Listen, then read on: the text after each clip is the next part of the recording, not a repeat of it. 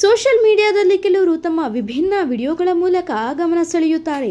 Content creator Niharika N M ಚಿರಪರಿಚಿತ ಹೆಸರು. ತಮ್ಮ funny ವಿಡಿಯೋಗಳ ಮೂಲಕ ಆಕೆ ಕಮಾಲ್ ಮಾಡ್ತಿದ್ರು. ಸದ್ಯ ಸಂದರ್ಶನವೊಂದರಲ್ಲಿ ನಟ ಯಶ್ ಬಗ್ಗೆ ಆಕೆ ಮಾತನಾಡಿರುವುದು ತುಂಬಾ ವೈರಲ್ ಆಗಿದೆ. ಪ್ರಶಾಂತ್ ನೀಲ್ ನಿರ್ದೇಶನದಲ್ಲಿ ಯಶ್ ನಟಿಸಿದ್ದ ಕೆಜಿಎಫ್ ಸಿನಿಮಾ 2 ಭಾಗಗಳಾಗಿ ಪ್ರೇಕ್ಷಕರ ಮುಂದೆ ಬಂದಿತ್ತು. ಮೊದಲ ಭಾಗ 250 ಕೋಟಿ ರು ಕಲೆಕ್ಷನ್ ಮಾಡಿದ್ರೆ ಎರಡನೇ ಭಾಗ 1000 ಕೋಟಿ ರೂಪಾಯಿಗಳು ಕೊಳ್ಳೆ ಹೊಡೆದಿತ್ತು. ಚಾಪ್ಟರ್ 1 ಚಿತ್ರಕ್ಕೆ ಭಾರಿ ಪ್ರಚಾರ ಮಾಡಲಾಗಿತ್ತು. ಆದರೆ ಚಾಪ್ಟರ್ 2ಗೆ ಹೆಚ್ಚಿನ ಪ್ರಚಾರ ಮಾಡಿರಲಿಲ್ಲ. ಆದರೆ ವಿನೂತನ ಪ್ರಯತ್ನಗಳನ್ನ ಮಾಡಿದ್ರು.